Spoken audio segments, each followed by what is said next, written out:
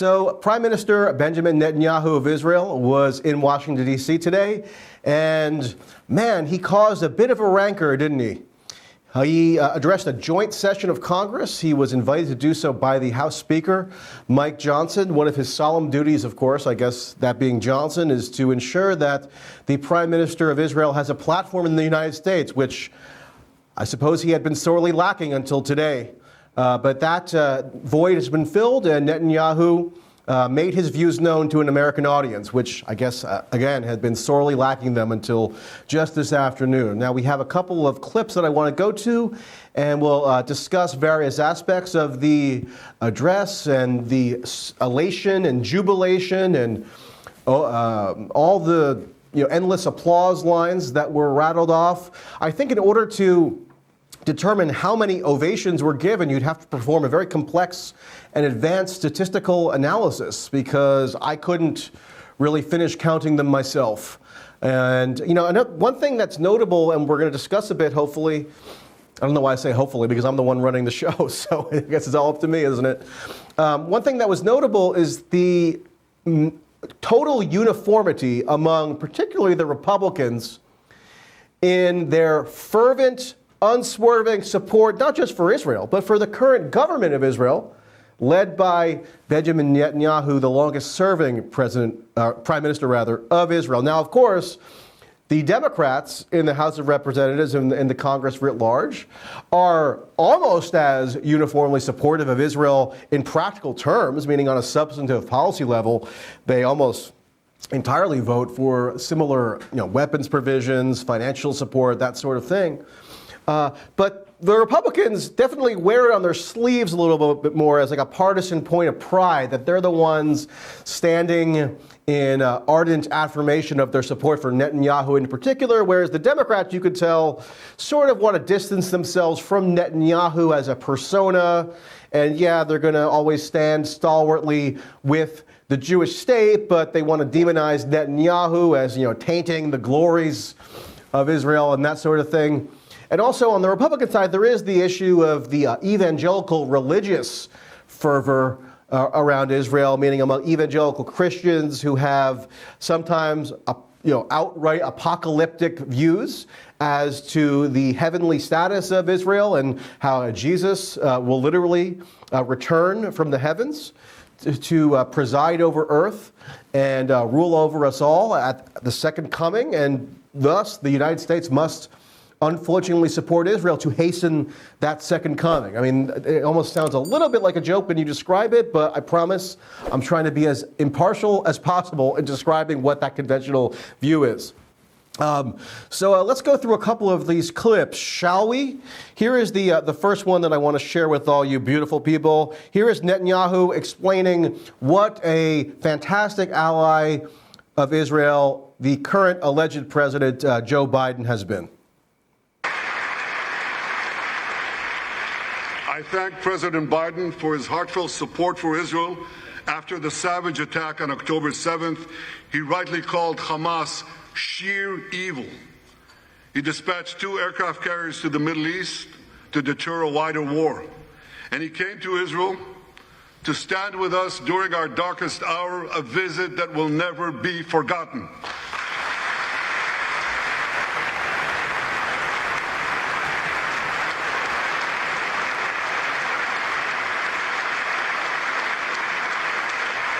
President Biden and I have known each other for over 40 years. I want to thank him for half a century of friendship to Israel and for being, as he says, a proud Zionist. Actually, he says a proud Irish-American Zionist.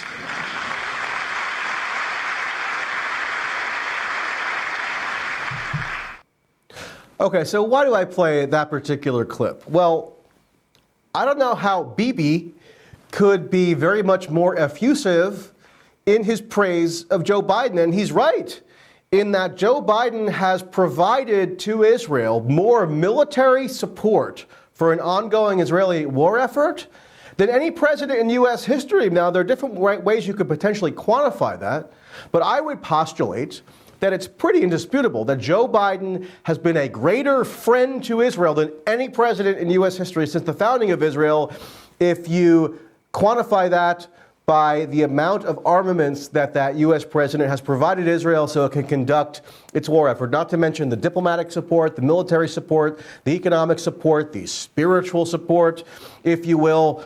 Netanyahu even mentions there that Joe Biden still goes around very proudly and unabashedly proclaiming himself to be a proud Zionist. He uses that term. Despite being Irish Catholic, so that's an interesting phenomenon that may be perhaps slightly unique to U.S. politics. And I raise that because what has one of the main critiques of Joe Biden been from Republicans, including Donald Trump, for the past 9 or so months? It's been that Joe Biden is insufficiently aggressive in his support of Israel. It's that he's been damningly derelict in arming and aiding and abetting Israel. It's that Biden has actually pandered to the pro-Hamas wing, allegedly, of the Democratic Party. That's been the conventional attack line on Biden. And it clearly does not line up with the praise that's been heaped on Biden by Netanyahu. It doesn't line up with the objective data in terms of the quantity of armament supplied and so forth, a number of UN Security Council resolutions that have been vetoed by the U.S. at Israel's behest. That's all been under the Biden-Harris administration. Now we'll get to Kamala a little bit later, but I want to now draw your attention to a clip that you might not have noticed, actually, from that fateful presidential debate in late June between Trump and Biden, when Biden was still the full-throated presumptive Democratic nominee. Obviously, everybody was fixated at the time on Joe Biden's cognitive deterioration. It was hard really to keep one's focus on anything else. But I'm a very shrewd person, I suppose, so another exchange caught my eye that I think has some relevance to the topic at hand. So let's view that, please. You got to ask them, as far as Israel and Hamas, Israel's the one that wants to go. He said the only one who wants to keep going is Hamas. Actually, Israel is the one, and you should let him go and let him finish the job. He doesn't want to do it. He's become like a Palestinian, but they don't like him because he's a very bad Palestinian. He's a weak one. President Biden, you have a minute. Okay, so there is Donald Trump accusing derisively, as a term of derision, Joe Biden of being a, quote, Palestinian, I guess to signify that Joe Biden is in hock to pro-Palestinian elements in the Democratic Party, that he has some sympathy for perhaps Hamas or some other form of Islamic extremists. This all the while, Joe Biden, as we have established, hopefully, has sent more armaments to Israel in furtherance of an ongoing war effort than any president ever. Now, how do you square that? I mean, you can't really, but evidently Donald Trump figures that one of his strategies in 2024 would be to say variations of, if you don't vote Republican this year, you ain't Jewish. Remember when Joe Biden, Donald Trump hasn't literally said that quote. It would be amusing if he did. But do you recall back in 2020 when Joe Biden said, if you vote for Trump, you ain't black? That's basically what the Republicans and Trump are going with for the 2024 election, to put fear in the hearts of American Jewish voters that if they vote for a Democrat, then, I don't know, they'll have to do a mass exodus from the United States and go where exactly? I'm not sure. It seems like the United States probably stands alone in human history as a safe haven for Jews, but the Republicans are really invested in making Jews feel that they are extremely unsafe and in grave peril if another Democrat gets in and, I don't know, does what exactly? Continues to fund and arm Israel virtually without reservation. So let's go to another clip from our friend Bibi, who made sure to establish his bipartisan credentials by additionally heaping praise on the Republican nominee, that being one Donald J. Trump. You may have heard of him. Let's hear that, please. We could call, I have a name for this new alliance. I think we should call it the Abraham Alliance.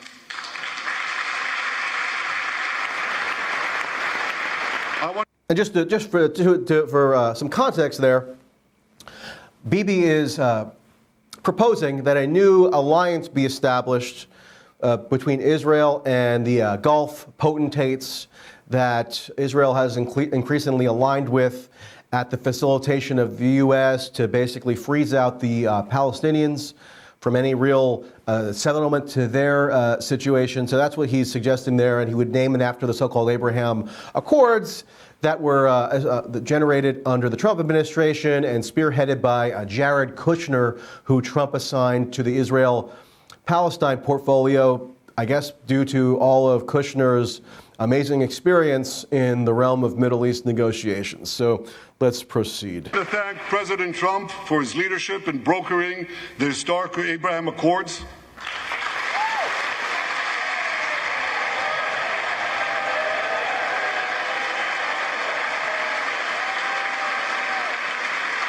Okay, so listen to that ovation. That's the Republicans in the House who pretty significantly outnumbered the Democrats today, because at least a subset of the Democrats claimed that they were boycotting the speech, or at least they were not attending, right? So Bernie Sanders wasn't there, Elizabeth Warren wasn't there, others who you may be familiar with were not there in some brave act of defiance, I guess, because they figured that sitting and listening to a foreign leader give a speech was some statement of something or other. I don't fully understand the logic there. I'm not a huge fan of Bibi myself, but I certainly wouldn't be opposed to necessarily just sitting and hearing his remarks, and it doesn't necessarily indicate that I agree or disagree with them, right? I'm telling you my views now by verbalizing stuff out of my mouth. My presence at a speech doesn't really signify anything one way or another, but politicians, I guess, have a different calculus where they're always going around deliberating on what the symbolic impact of where they park their posterior indicates. But let's continue. And you hear that the Republicans who outnumber the Democrats here extremely vociferous in their ovation. I don't know if I've ever heard Republicans in the House give a more frenzied ovation for virtually anything. But on the topic of Israel and Trump's support for Israel, they are hooting and hollering up a storm, that's for sure. So let's continue.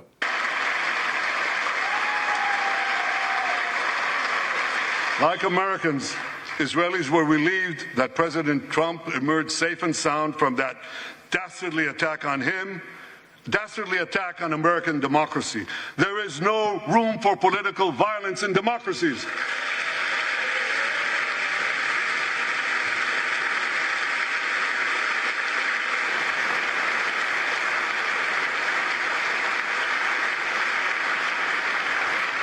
I also want to thank President Trump for all the things he did for Israel, from recognizing Israel's sovereignty over the Golan Heights, to confronting Iran's aggression, to recognizing Jerusalem as our capital and moving the American embassy there.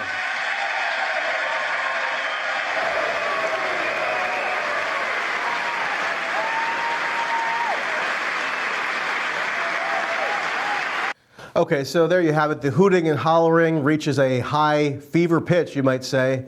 And so this gets to one of the perhaps conceptual conundrums at the heart of the current Trump campaign or MAGA movement, America First movement, etc., which is how do you reconcile the Israeli Prime Minister bombastically proclaiming Trump to be the greatest president ever with regard to Israel, on Jerusalem, the Golan Heights, etc., etc., etc. Trump was just the best ever with regard to Israel. And how do you square that with this notion of America First, which is a very fluid concept? Everybody has a different definition who you talk to about it at the within the Republican Party, as I did when I covered the Republican convention last week in Milwaukee for this show.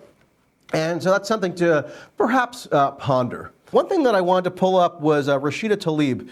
Here she is. Rashida Tlaib was in the, she did attend, interestingly, the Netanyahu address today. Now, Rashida Tlaib is a huge aberration in Congress. She is a Palestinian lineage herself, and she's been, adamantly critical, fiercely critical of Israel, of even the Biden administration's policy on Israel.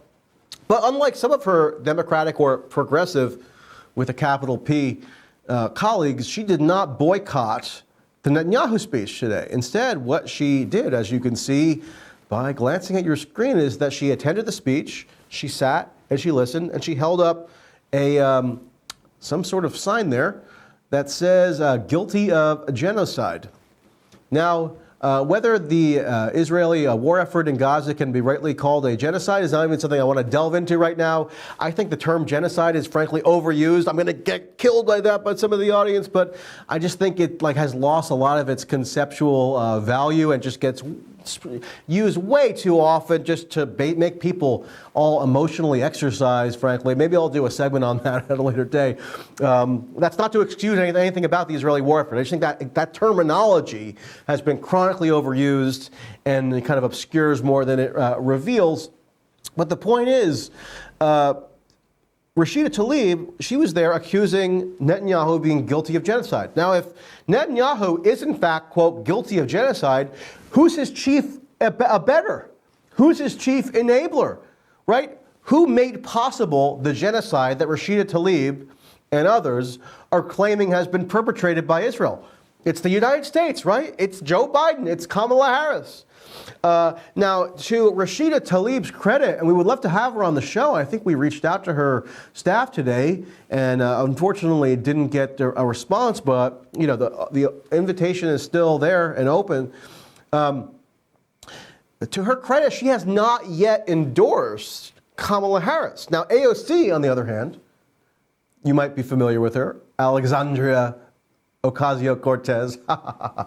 She did come out and endorse Kamala Harris the instant that she could. Now, she had also been a big booster of Joe Biden. She's not one of these squad members or progressive members who is trying to leverage their endorsement to extract some kind of concession from the Democratic standard bearer or the Democratic ticket. No, she's in the fold completely and is not trying to extract anything so far as we know. So she was on, she's riding with Kamala or, coconutting with Kamala or whatever the latest meme is, instantaneously. But Rashida Tlaib is a little different. She is not endorsing Kamala yet.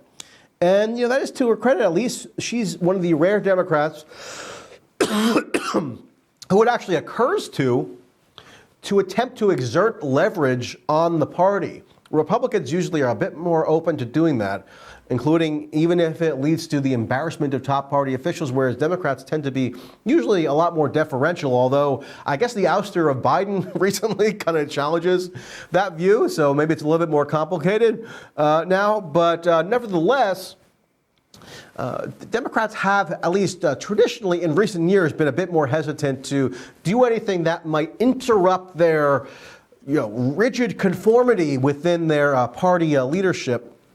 But here's Rashida Tlaib, who has not yet endorsed Kamala, and that could be consequential because Rashida Tlaib represents a district in Michigan, which is a critical state, and therefore, has a through line to some of the constituencies or demographics that Kamala Harris, if she becomes not just the presumed nominee or the presumptive nominee, but the actual nominee, she would have to galvanize those voters behind her in order to have a chance of winning Michigan. And here's Rashida Tlaib kind of standing in the way of that, at least temporarily, you would think, the only logical thing that makes sense here is that Rashida Tlaib is accusing Joe Biden and Kamala Harris of being facilitators of a, quote, genocide.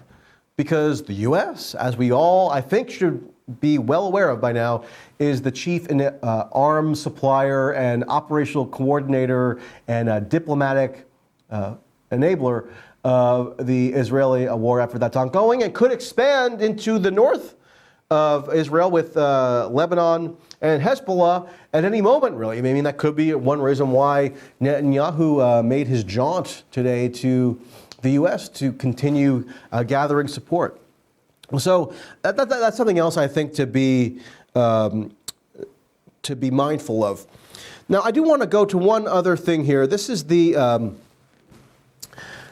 Netanyahu, when he was lauding Trump, was singing Trump's praises for something called the Abraham Accords, right? And Abraham Accords are what Trump goes around touting as having, brought an oasis of peace and tranquility to the Middle East. Now, what was the main purpose of the Abraham Accords? And in fact, a lot of this is replicated in Project 2025 in terms of what they want to suggest for a second Trump administration or a forthcoming Republican administration. They endorse the policy framework of the Abraham Accords continuing. And I have it here on my card that I'm going to pull up because it's really interesting. And I'll find it in a moment. But the point, what they basically say in Project 2025 is they want to continue the framework that was established by the Abraham Accords, which is to effectively bypass the Palestinians as having any real say in their fate as a cohesive, society, and basically just have the U.S. Buy off Gulf autocracies with arms deals and with other giveaways like the United Arab Emirates, like Bahrain, Sudan, and Morocco. Those were the original signatories of the so-called Abraham Accords in exchange for recognizing Israel. And so what the Project 2025 recommends is that they want to continue that framework, but also include Saudi Arabia.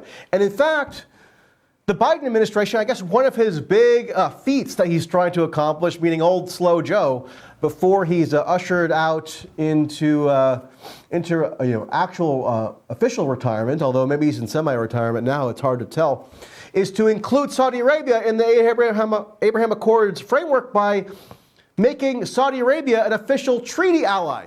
And I just want to point to this, and maybe Max can comment on this. But this is the Abraham Accords original framework for what they prophesy some kind of future Palestinian state would look like vis-a-vis the West Bank. And as you can tell, this is the brilliant brainchild of Jared Kushner. It looks like some deformed piece of Swiss cheese. This is what they were saying was going to be the tenable Palestinian state. Now, of course, nobody in Palestinian civil society viewed that to be remotely tenable. And so, the Abraham Accords, as much as it's heralded as having brought forth this outbreak of stability and peace and tranquility in the Levant, meaning the Israeli-Palestine conflict, you could argue that it actually set the stage for the outburst of violence that occurred on October 7th and then the subsequent pulverization campaign that Israel has waged within Israel. Thanks for watching this clip from System Update, our live show that airs every Monday through Friday at 7 p.m. Eastern, exclusively on Rumble. You can catch the full nightly shows live or view the backlog of episodes for free on our Rumble page. You can also find full episodes the morning after they air across all major podcasting platforms, including Spotify and Apple. All the information you need is linked below. We hope to see you there.